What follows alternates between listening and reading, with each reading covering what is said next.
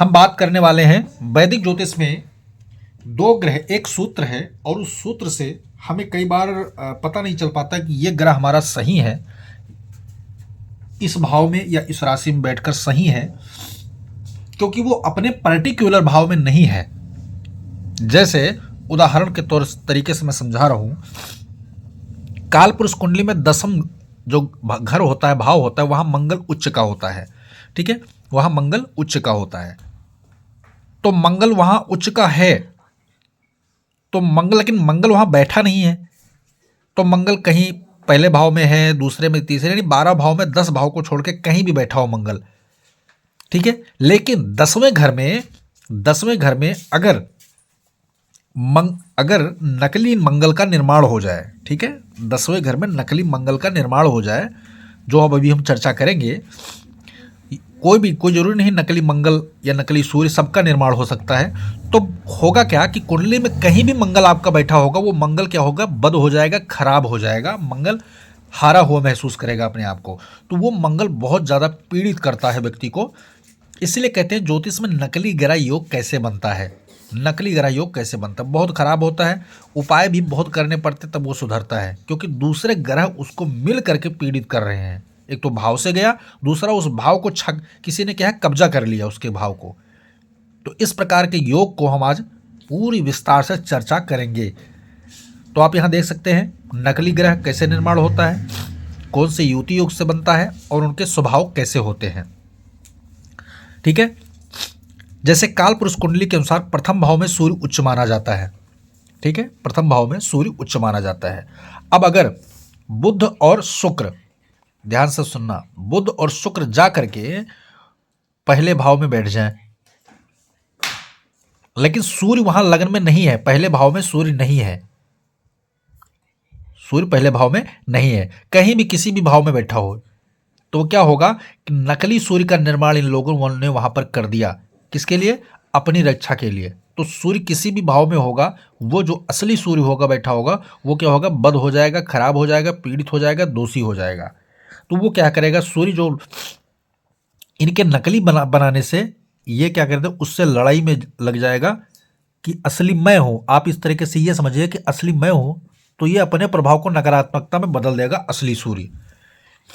तो इस प्रकार से नकली ग्रह योग युति के कारण ही हमें पता नहीं चल पाता कई बार फलादेश करने में या फलित करने में कि हमारा ग्रह सूर्य जो बैठा है, यानी कई बार होता है कि स्वराशि में बैठा है, मित्र राशि में बैठा है, भाव भी अच्छा है, लेकिन फल अच्छा नहीं दे रहा है। तो उसका कारण है नकली ग्रह योग युति स्वभाव को हमें जानना होगा कि नकली ग्रह योग कैसे बनता है। ठीक है, तो बुध शुक्र की युति अगर पहले भाव में होती है तो जान लीजिए सूर्य नकली का निर्माण हो गया। उनका रंग कैसा होगा, गुण जैसा रंग होगा, जो गन्ने से गुण तैयार होता है ना, उनका जैसा रंग होगा। अब फिर इसके उपाय के बारे में भी बात करेंगे हम। फिर अगर सूर्य प्लस बुध, सूर्य बुध एक साथ दूसरे घर में अगर जाकर बैठ जाएंगे तो चंद्रमा आपका क्या हो जाएगा, नकली रूप में आ जाएगा, नकली चंद्रमा का निर्माण हो जाएगा। तो क्या होगा, चंद्रमा पीड़ित हो जाएगा। रंग कैसा रहेगा, दूध जैसा रंग हो जाएगा। सूर्य बुध एक साथ अगर युति करके बैठते हैं तो ठीक यही सिचुएशन जो है, केवल जरूरी नहीं कि कालपुरुष कुंडली में उच्च का ही भाव देखा जाता है, साथ साथ वो भी बताते चलते हैं कि शनि की जो स्वराशि है सिंह राशि, पंचम भाव में भी अगर ये युति करके बैठते हैं तो भी नकली सूर्य का निर्माण होगा।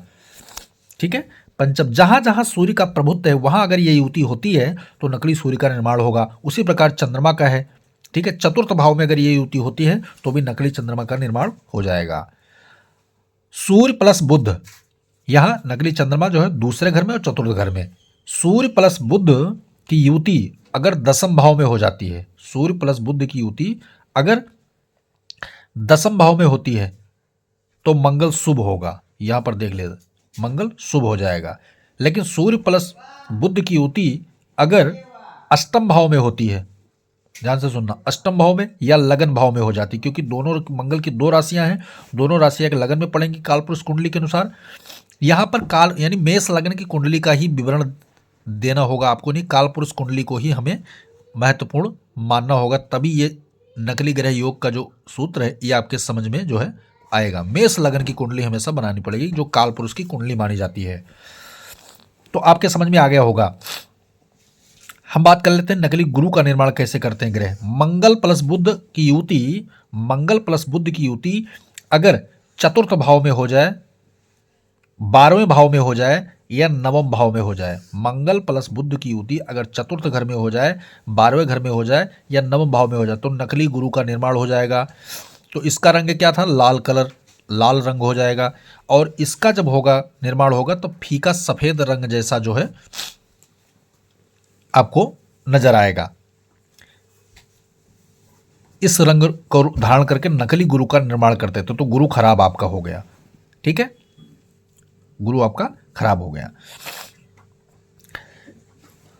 नकली ग्रह के निर्माण के रूप में जब ग्रह कौन कौन सी युति बनाते हैं उनको समझना बहुत जरूरी है। जैसे यहां मंगल शुभ की बात किया हमने, तो मंगल अशुभ की भी चर्चा करूंगा। फिर हम बात कर लेते हैं बुध की। बुध ग्रह नकली कब होता है, नकली बुध कैसे बनता है, उनको समझना है कि जब कुंडली में तीसरे घर में और छठे घर में मंगल प्लस बुध दोनों बैठ जाएं, तीसरे घर में मंगल प्लस बुध दोनों बैठ जाएं, तब जो है नकली बुध का निर्माण होगा। भाव महत्वपूर्ण है, उसको जानना जरूरी है। फिर रंग कैसा होगा, हरा रंग का निर्माण होगा। ठीक है, हरे रंग का निर्माण करेंगे तो बुध खराब हो गया आपका, मान लीजिए। शुक्र ग्रह की बात करें तो शुक्र ग्रह की युति यह महत्वपूर्ण है। शुक्र ग्रह की युति अगर 12वें घर में हो जाएगा, शुक्र ग्रह की युति अगर 12वें घर में हो जाएगा, शुक्र ग्रह की युति अगर दूसरे घर में होता है, शुक्र और बुध ग्रह की युति अगर सप्तम भाव में होता है तो क्या होगा, शुक्र पीड़ित हो जाएगा, नकली शुक्र हो जाएगा। ये कुछ फायदा नहीं देगा, नकली हो जाएगा। नकली शुक्र का निर्माण ये दोनों ग्रह कर देते हैं।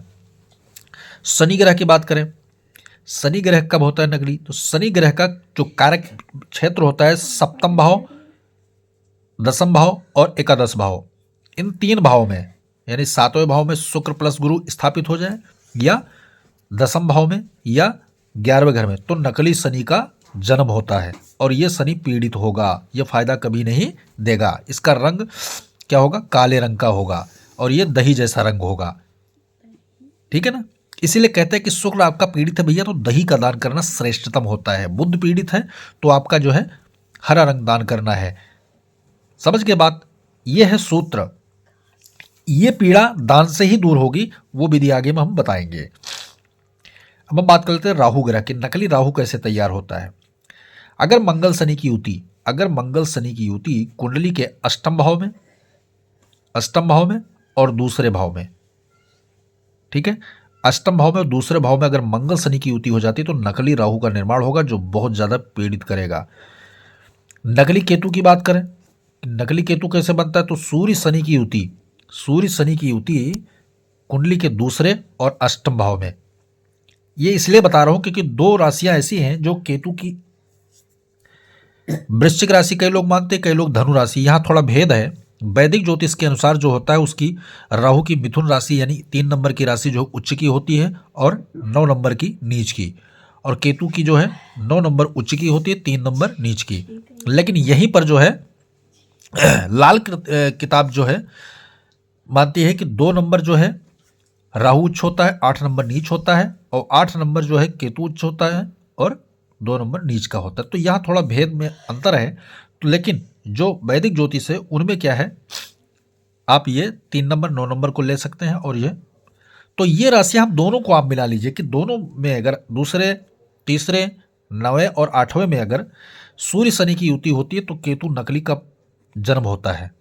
क्या होगा, पाखंडवादी ऐसा व्यक्ति होता है, पाखंड उसके जीवन में रह जाता है पूरी तरह।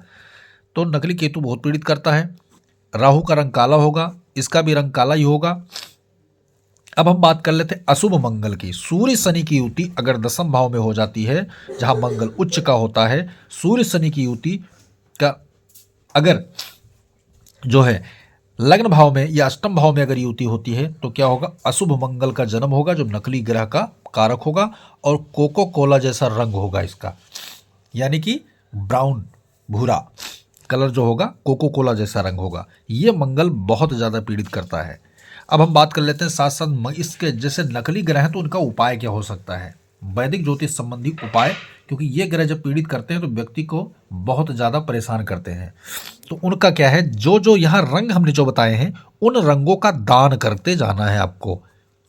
ये सब दान करने से क्या होगा, नकली रंग खत्म हो जाएगा, नकली प्रभाव खत्म हो जाएगा, असली रूप में ग्रह आ जाएंगे। ठीक है,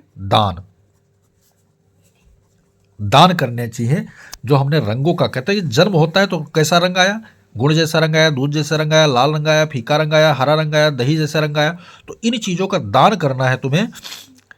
कहाँ दान करना है, भावगत संबंधित, जैसे कि सूर्य जो है कहाँ, मैंने क्या बताया था, लग्न में और पंचम भाव में। तो लग्न का अर्थ क्या होता है, लग्न का अर्थ होता है अपना खुद का शरीर, निमित्त खुद का शरीर, जो आप पहनने ओढ़ने वाली खाने पीने वाली चीज है ना, उसका दान जो है, जिसके पास ना हो गरीबों को दान करें, या मंदिर देवालय में रह रहे पुजारी को दान करें।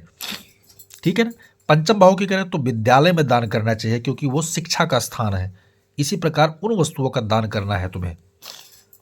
बात आपके समझ में आ गई होगी। तो वीडियो को बिना स्किप करके आप उसको देखेंगे तभी समझ में आएगा। ये महत्वपूर्ण योग है ज्योतिष में। जय सिया राम।